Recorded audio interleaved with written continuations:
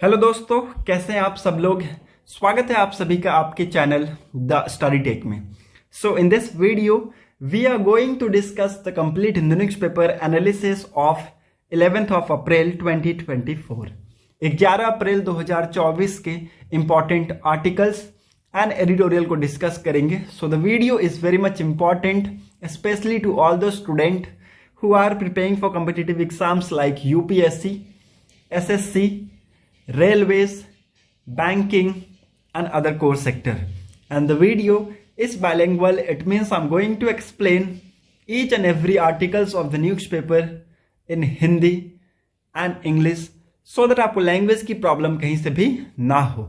और अगर आपको वीडियो पसंद आता है, हमारा कंटेंट पसंद आता है, पढ़ाने का तरीका पसंद आता है, देन वीडियो को लाइक, शेयर और चैनल को जरूर सब्सक्राइब कर लीजिएगा ताकि आपको हमारी ऐसी वीडियो की अपडेट मिलती रहे। So let's move to the first page of the newspaper. Discuss करेंगे इंपॉर्टेंट आर्टिकल्स को।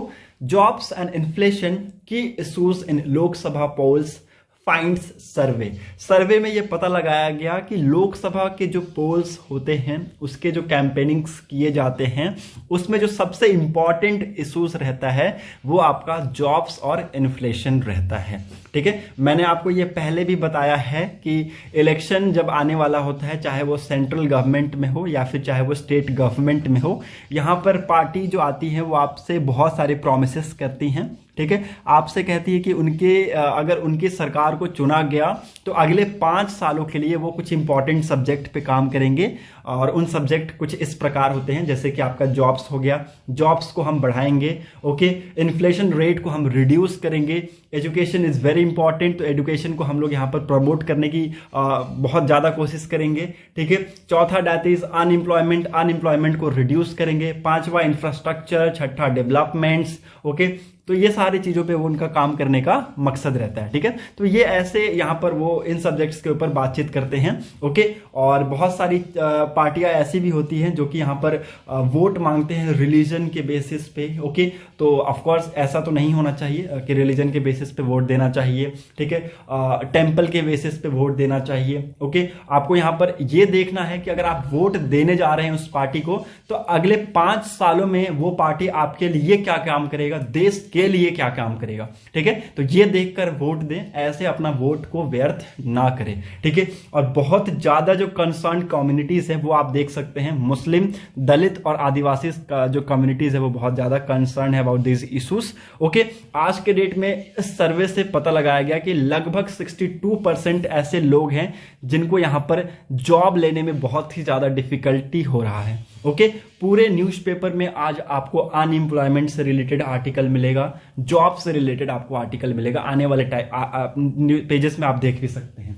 Okay, so let's move ahead and discuss this whole article. Unemployment and price rise are the key concern of nearly half the electorate, the CS-DS Lok Niti pre-poll surveys in the run-up to the 2024 general elections revealed. ठीक है, तो यहां पर देखिए इन्होंने जो CS-DS लोक नीति का इन्होंने प्री पोल सर्वे कंडक्ट कराया गया 2024 का, जिन्होंने बताया कि अनएम्प्लॉयमेंट और प्राइस राइज यहां पर एक की इंपॉर्टेंट कंसर्न है। ठीक है, so again it's very important. Nearly 2/3 of those survey, approximately 62% across localities with highest among cities, 65% expressed that getting jobs had become more difficult. The number for those living in village and town were 62 and 59 respectively.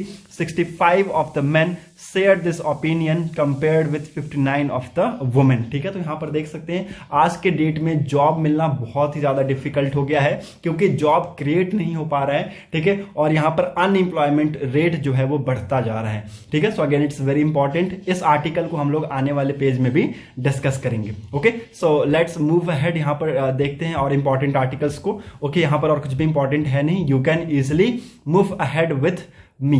Okay, so let's move ahead. यहाँ पर भी editorial आज हम लोग को पढ़ने की जरूरत नहीं है। ओके, क्योंकि एडिटोरियल आज इंपॉर्टेंट नहीं है। यहाँ पर देखिए ये 2 इंपॉर्टेंट यहाँ पर एनालिसिस कंडक्ट करवाए गए जिसमें यहाँ पर लोगों के व्यूज लिए गए हैं कि अच्छे दिन क्या अच्छे दिन और अच्छे दिन में बहुत अंतर होता है। ये जो दो वर्ड है ना, इन दोनों वर्ड में बहुत ज्यादा अंतर होता है, जमीन और आसमान का अंतर होता है। ठीक है, तो यहाँ पर लोगों से पूछा गया कि आपके क्या यहाँ पर आपकी लाइफ कैसे सुधरी है, कि यहाँ पर वही उसी टाइप से आप जी रहे हैं कि उससे भी खराब हो गई है, आप इकोनॉमिक कंडीशन क्या है वोटर्स के।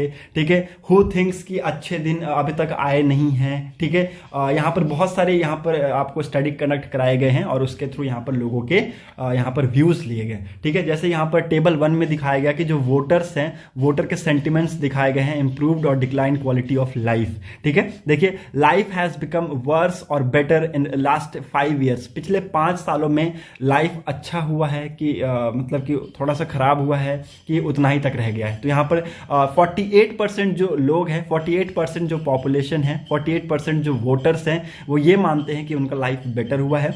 14% ऐसे लोग हैं जिन्होंने माना कि उनका लाइफ अभी भी वहीं पर अटक गया है, और 35% ऐसे वोटर्स हैं जिन्होंने माना कि नहीं, हमारा लाइफ अभी वर्स हो गया, मतलब कि खराब हो गया है। ओके, इकोनॉमिक जो कंडीशन है वोटर का, वो यहाँ पर वो कैसे परसीव करते हैं। ठीक है, तो यहाँ पर उन्होंने कहा कि देखिए, हमारा जो हाउस होल्ड है, 22% ऐसे वोटर्स हैं जिन्होंने माना कि हमारे जितने भी नीड्स हैं उनको हम फुलफिल करके भी हम सेव कर लेते हैं। ओके, 36% ऐसे वोटर्स हैं जिन्होंने माना कि हम अपने नीड को फुलफिल तो कर लेते हैं बट हम सेव नहीं कर पाते हैं पैसे। ओके, फाइनेंशियली हम स्ट्रांग नहीं है। ठीक है, 23% ऐसे वोटर हैं जिन्होंने माना कि हम अपने नीड्स तो फुलफिल कर लेते हैं बट हमें कुछ डिफिकल्टीज का सामना करना पड़ता है। ओके, 12% ऐसे वोटर्स थे जिन्होंने माना कि ना ही हमारा नीड फुलफिल हो पाता है, ना ही, और हम बहुत सारे उसमें डिफिकल्टीज भी फेस करते हैं। ठीक है, तो ये सारी चीजें आप यहां पर देख सकते हैं वोटर्स ने माना है। ठीक है, अब यहां पर तीसरा टेबल ये दर्शाता है कि कौन ये मानते हैं कि अच्छे दिन अब तक नहीं आए हैं। Okay, again it's very important. Okay, यहां पर डिफरेंट क्लास में यहां पर डिवाइड किया गया है, पुअर, लोअर, मिडिल, अपर, विलेज, टाउन, सिटीज। यहां पर देखिए, सम एक्सटेंट तक लोगों ने माना है कि अब तक अच्छे दिन यहां पर नहीं आए हैं। ठीक है, यहां पर कुछ ग्रेटर एक्सटेंट है, सम एक्सटेंट है, नॉट मच और नॉट एट ऑल। ठीक है, तो यहां पर देखिए, कुछ लोगों ने यहां पर माना है कि अच्छे दिन नहीं आए हैं, कुछ लोगों ने माना है कि अच्छे दिन आए हैं। ठीक है, अगेन इट्स वेरी इंपॉर्टेंट। यहां पर देखिए, जो दूसरा इंपॉर्टेंट आर्टिकल है, इसके थ्रू ये बताया गया है कि लोगों के बीच का परसेप्शन क्या है जॉब अपॉर्चुनिटीज को लेके। The perception of the abilities of job opportunities getting job have become difficult और स्टेड एट द सेम और इजियर। ठीक है, देखिए, आज के डेट में मैंने आपको जैसा कि बताया कि जॉब लेना बहुत ज्यादा आसान नहीं हो गया है, बहुत ज्यादा डिफिकल्ट हो गया है, कंपटीशन बहुत हार्ड हो गया है, अनएम्प्लॉयमेंट रेट बढ़ता जा रहा है, और यहाँ पर हमें गवर्नमेंट की तरफ से कोई भी जॉब यहाँ पर वो क्रिएट नहीं कर पा रहे हैं। तो यहाँ पर लोगों के भी सेम परसेप्शन आए, जैसा कि मैंने आपको बताया था वैसा ही perception, job have become getting job have become difficult nowadays. मतलब कि 62% ऐसे लोग हैं जिन्होंने माना कि आज के डेट में जॉब लेना बहुत ही ज्यादा डिफिकल्ट हो गया है। ओके, 18% लोगों ने माना कि नहीं, सेम कंडीशन है, और 12% ऐसे वोटर्स हैं जिन्होंने माना कि now it has become easier. Okay, तो अगेन इट्स वेरी इंपॉर्टेंट, ये भी आप सभी को पता होना चाहिए।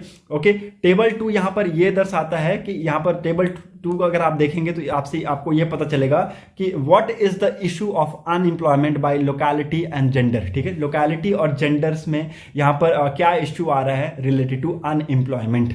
ओके, तो यहां पर देखिए, getting job have become difficult. Overall अगर आप देखें तो 62% लोग हाँ मानते हैं, विलेज में 62% लोग हाँ, टाउन में 59% लोग हाँ, सिटीज में 65% लोग मानते हैं कि job have become getting job have become difficult. Okay, अगर जेंडर में आप देखें तो 65% लोग, और वुमेन्स में अगर आप देखें तो 59% लोग अभी मानते हैं कि आज के डेट में जॉब लेना बहुत ज्यादा डिफिकल्ट हो गया है, मतलब इस सरकार में जॉब लेना बहुत ज्यादा डिफिकल्ट हो गया है। ओके, नाउ लोगों के ओपिनियंस पूछे गए कि प्राइस राइज को लेके आपके ओपिनियंस क्या हैं। ठीक है, तो यहां पर देखिए, लोगों ने कहा है कि 71% लोगों ने कहा है कि प्राइस राइज या फिर इन्फ्लेशन रेट बढ़ा है, 13% लोगों ने माना है कि नहीं उतना ही है, और 13% लोगों ने माना है कि नहीं प्राइस राइज डिक्रीज हुआ है। ओके, तो ये आप देख सकते हैं ओके, टेबल 4th में यहां पर क्या बताया गया है ऑथर के द्वारा कि what is the issue of price rise across the class and localities. ठीक है, तो यहां पर क्लास एंड लोकेलिटीज के बेसिस पे प्राइस राइज को डिवाइड किया गया है और यहां पर आंकड़े निकाले गए हैं। 5वां टेबल में यहां पर बताया गया है कि अनएम्प्लॉयमेंट और सोशल आइडेंटिटी क्या है। ओके, अनएम्प्लॉयमेंट यहां पर देखिए डिवीजन किया गया है on the basis of caste, upper Hindu upper caste, Hindu OBC, Hindu SC, Hindu ST, Muslim और अदर्स में यहां पर डिवीजन करके यहां पर आंकड़े बताए गए हैं। बाकी सेम है। प्राइस राइज और सोशल आइडेंटिटी वही वाला जो मैंने आपको बताया कि यहाँ पर उसको यहाँ पर और एलोबरेट कर दिया। ओके, तो ये सारी चीजें यहाँ पर बताई गई हैं। और यहाँ पर 7वें टेबल में ये बताया गया कि कौन रिस्पॉन्सिबल है जॉब को, यहाँ पर अगर मान लीजिए जॉब अपॉर्चुनिटीज नहीं क्रिएट हो पा रही हैं तो who is responsible for that, union government, state government या फिर दोनों। ठीक है, तो अगर जॉब आपको यहाँ पर नहीं मिल पा रहा है, जॉब अपॉर्चुनिटीज यहाँ पर सरकार नहीं दे पा रहे हैं, तो सबसे 21% लोगों ने माना कि यूनियन गवर्नमेंट इसके पीछे जिम्मेदार है। ठीक है, 17% लोगों ने माना है कि स्टेट गवर्नमेंट इसके पीछे जिम्मेदार है और 57% लोगों ने माना है कि नहीं, दोनों गवर्नमेंट इसके पीछे जिम्मेदार है, स्टेट गवर्नमेंट भी और यूनियन गवर्नमेंट भी। ओके, नाउ 8वें टेबल की मदद से ऑथर ने यह बताने की कोशिश की है कि यहां पर जो आपके इंडिया में प्राइस राइज हो रहा है, इन्फ्लेशन रेट बढ़ता जा रहा है, उसके लिए कौन सी गवर्नमेंट रिस्पॉन्सिबल है, यूनियन गवर्नमेंट रिस्पॉन्सिबल है कि स्टेट गवर्नमेंट रिस्पॉन्सिबल है कि दोनों रिस्पॉन्सिबल है। ठीक है, प्राइस राइज में 26% लोगों ने माना है कि यूनियन गवर्नमेंट रिस्पॉन्सिबल है for this price rise, state government में 12% लोगों ने माना है और 56% लोगों ने माना है कि नहीं, दोनों यहां पर रिस्पॉन्सिबल है प्राइस राइज के लिए। Okay, hope you are getting my point, ये आप लोगों को समझ में आ गया होगा। Now move on to the text and context page. यहां पर एक बहुत इंपॉर्टेंट आर्टिकल है on unemployment in Indian state. ठीक है, एक बहुत इंपॉर्टेंट ये आर्टिकल आया हुआ है आज के डेट में। ओके, पिछले 10 साल या फिर पिछले 15 साल से अगर आप देखें तो ये अनएम्प्लॉयमेंट रेट चौंका देने वाले हैं और धीरे धीरे ये आंकड़े बढ़ते जा रहे हैं और ऐसे स्टेट यहां पर सामने निकल के आए हैं जिनसे आप उम्मीद भी नहीं कर सकते हैं। Kerala is the highest in literacy level. ठीक है, लिटरेसी लेवल में सबसे टॉप में केरला है और यहां पर अनएम्प्लॉयमेंट रेट में भी सबसे टॉप में है। ठीक है, आप देख सकते हैं सेकंड टॉप पे है और फर्स्ट में यहां पर गोवा है जहां पर अनएम्प्लॉयमेंट बहुत ही ज्यादा है। सेकंड नंबर पे केरला, थर्ड नंबर पे हरियाणा, फोर्थ पे पंजाब, फिफ्थ पे मेघालय, सिक्स्थ पे अरुणाचल प्रदेश, सेवंथ पे Rajasthan, eighth pay Telangana, ninth पे आपका उत्तराखंड और 10th पे हिमाचल प्रदेश। सबसे नीचे जो अनएम्प्लॉयमेंट रेट में है वो है आपका त्रिपुरा, मतलब यहां पर एम्प्लॉयमेंट रेट अच्छा है। मध्य प्रदेश में भी एम्प्लॉयमेंट रेट अच्छा है बट उतना नहीं। झारखंड में भी एम्प्लॉयमेंट रेट अच्छा है, असम में भी अच्छा है, गुजरात में भी अच्छा है। बाकी ये जो कुछ स्टेट्स हैं ना, इनमें एम्प्लॉयमेंट रेट बहुत, अनएम्प्लॉयमेंट रेट बहुत ज्यादा है। Okay, hope you are getting my point. इसी के बेसिस पे यहां पर पूरा आर्टिकल को लिखा गया है। Recent report release by ILO and IHD, इसको लिख लीजिएगा, इंपॉर्टेंट है। ओके, मैं बहुत कम आर्टिकल्स बोलता हूं लिखने के लिए और जो भी बोलता हूं लिखने के लिए वो बहुत ही ज्यादा इंपॉर्टेंट रहता है। तो एक रिसेंट रिपोर्ट यहां पर रिलीज किया गया ILO, इंटरनेशनल लेबर ऑर्गेनाइजेशन के द्वारा और इंस्टीट्यूट फॉर ह्यूमन डेवलपमेंट के द्वारा, और यह पता लगाया गया कि that 2 out of every 3 unemployed individual was a young graduate, highlighting the need for urgent policy intervention। ठीक है, यहां पर इस रिपोर्ट के थ्रू यह पता लगाया गया कि हर 3 अनएम्प्लॉयड इंडिविजुअल में 2 ऐसे इंडिविजुअल हैं जो कि यंग ग्रेजुएट हैं, मतलब उन्होंने प्रॉपर यहां पर ग्रेजुएट की डिग्री ली है फिर भी उनको जॉब नहीं मिल पा रहा है। तो यहां पर हमें एक अर्जेंट पॉलिसी इंटरवेंशन की जरूरत है, यहां पर ऑथर ने यह कहा है। Little is understood about the cause of unemployment in India, a knowledge gap that requires urgent redressal. ठीक है, यहां पर देखिए कुछ चीजें हम समझ सकते हैं कि हमारे कंट्री अभी डेवलपिंग फेज पे है तो थोड़ा सा यहां पर प्रॉब्लम हो रहा है अनएम्प्लॉयमेंट में। ओके, तो बट इतना नहीं होना चाहिए जितना हो रहा है। This analysis looks at unemployment in major state of India excluding the union territory. देखिए इनमें सिर्फ आपको मिलेंगे कौन से स्टेट, सिर्फ इंडियन स्टेट मिलेंगे, इसमें यूनियन टेरिटरी को इंक्लूड नहीं किया गया है। Among individual age 15 and above as measured by usual principal and subsidiary status UPSS, utilizing data from the periodic labor force survey of 2023-2024। ठीक है, तो 2022-23 के यहाँ पर डाटा को लेकर यहाँ पर यह सर्वे कंडक्ट कराया गया है। Manipur is not included here since field work was not completed owing to the conflict। ठीक है, तो यहाँ पर देखिए कॉन्फ्लिक्ट की वजह से मणिपुर को इस यहाँ पर इसमें लिया नहीं गया, इस रिपोर्ट में यहाँ पर मेंशन नहीं किया गया है, क्योंकि यहाँ पर जो फील्ड सर्वे है वो यहाँ पर कंप्लीट नहीं हुआ, क्योंकि वहाँ पर अभी कॉन्फ्लिक्ट चल रहा है। आप सभी को पता है, मुझे बताने की जरूरत नहीं है। मणिपुर वायलेंस अभी आप सभी को पता चल गया होगा, मुझे आपको बताने की जरूरत नहीं है।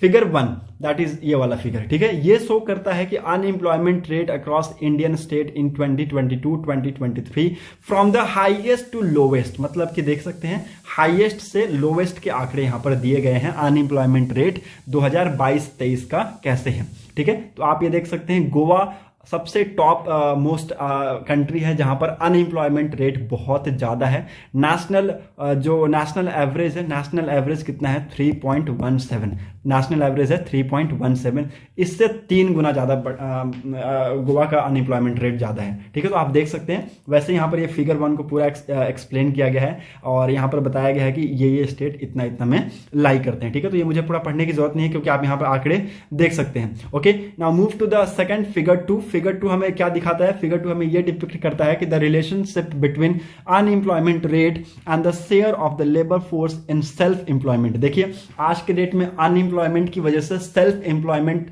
के जो चीजें हैं वो आगे बढ़ती जा रही है। लोग बिजनेस प्रमोट कर रहे हैं, बिजनेस में इन्वॉल्व हो जा रहे हैं, कोई कहीं चला जा रहा है, कोई आउट ऑफ कंट्री चला जा रहा है, खुद को एम्प्लॉयड करने की कोशिश कर रहा है।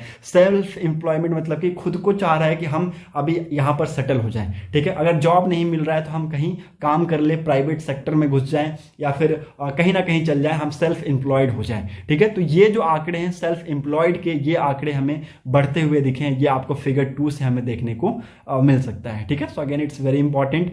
फिगर 2 में यहां पर बताया गया है कि आंकड़े यहां पर हालांकि बढ़े हैं। ठीक है, the trend line drawn through the data is downward sloping indicating that their existing a negative relation between the two. ठीक है, तो यहां पर हमें एक नेगेटिव रिलेशन हमें देखने को मिला।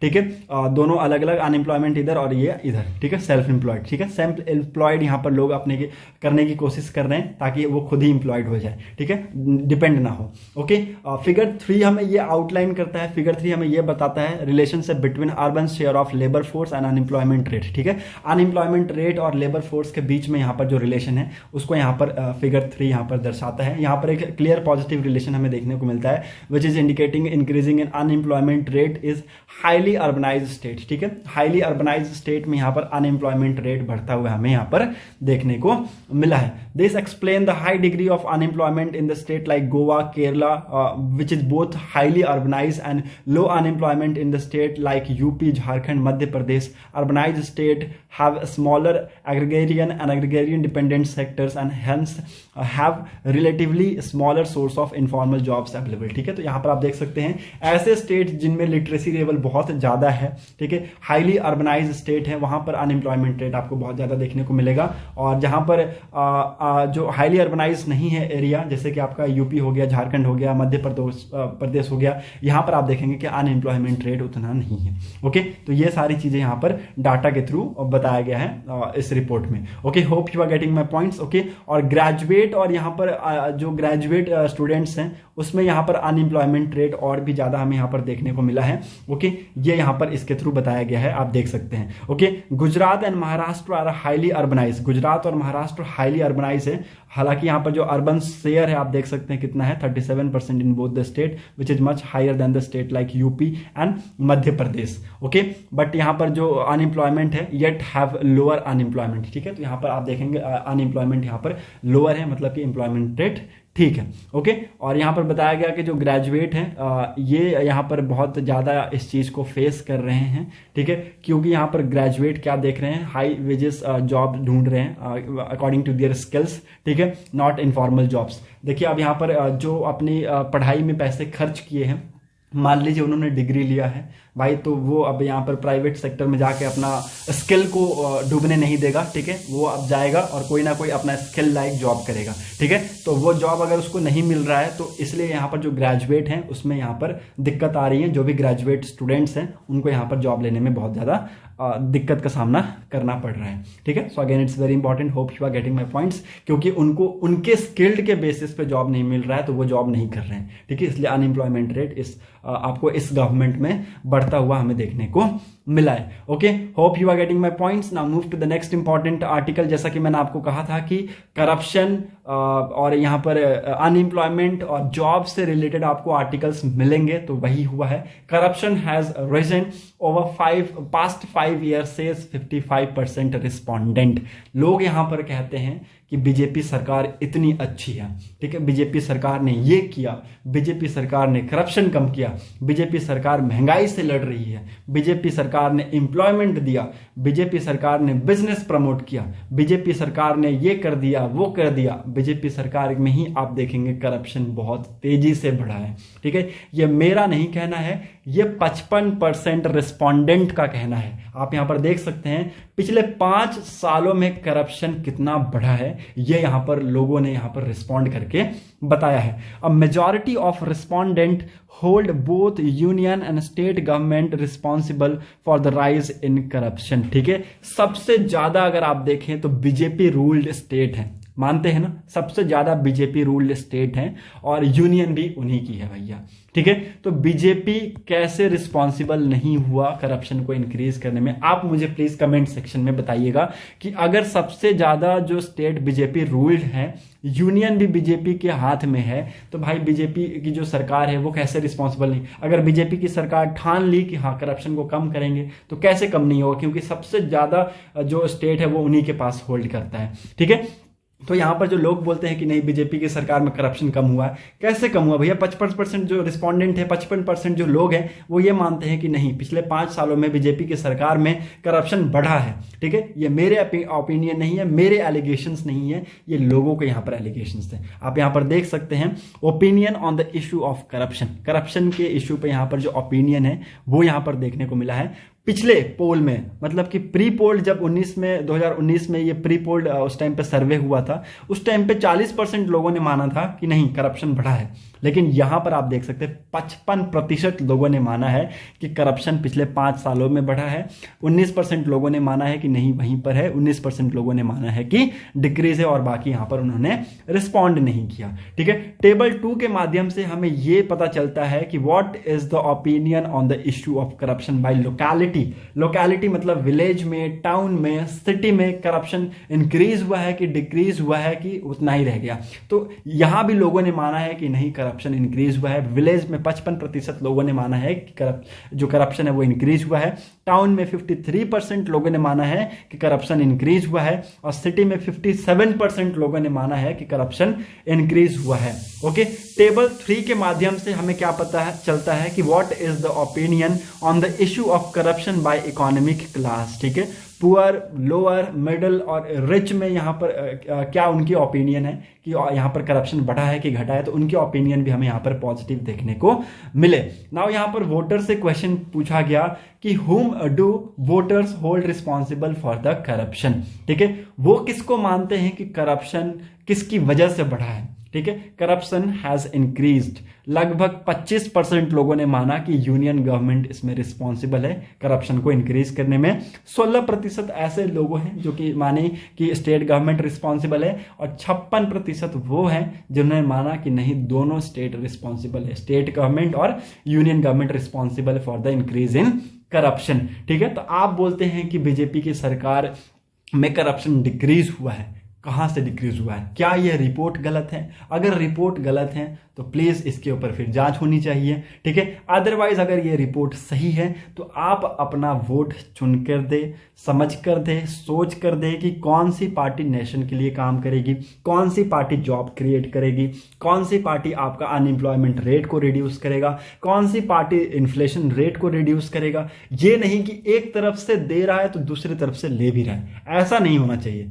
ऐसा तो बहुत सारी, जैसे अभी सिलेंडर के प्राइस कम हो गए भैया, ठीक है, पेट्रोल के प्राइस कम हो गए, तो ये सारी चीजें तो अभी भाई इलेक्शन आ रहा है तो ये तो होंगे ही। अगर इलेक्शन में फिर अगर सरकार जीत गई तो आपको 3-4 महीने वेट कर लीजिएगा, 3-4 महीने में अगर वापस से सिलेंडर 1200 नहीं मिला तो मेरा नाम बदल दीजिएगा। ओके, चलिए ये सब तो बात की बात है। अभी हम लोग डिस्कस करते हैं नेक्स्ट इंपॉर्टेंट आर्टिकल के ऊपर। Understanding the perspective farmers protest raise divisive opinions. ठीक है, तो यहाँ पर देखिए फार्मर के जो प्रोटेस्ट है इसकी वजह से यहाँ पर एक डिविजिव ओपिनियंस यहाँ पर इमर्ज हुआ है। ठीक है, और कुछ लोग हैं जिनको पता ही नहीं है कि कंट्री में हो क्या रहा है। 11% ऐसे लोग हैं जिन्होंने बोला कि मुझे तो पता ही नहीं है, फार्मर प्रोटेस्ट भी हो रहा है, दिल्ली में कोई प्रोटेस्ट भी हो रहा है। ऐसे भी लोग हैं यहाँ पर जो कि यहाँ पर जोरों शोरों से हमें ये प्रोटेस्ट देखने को मिला।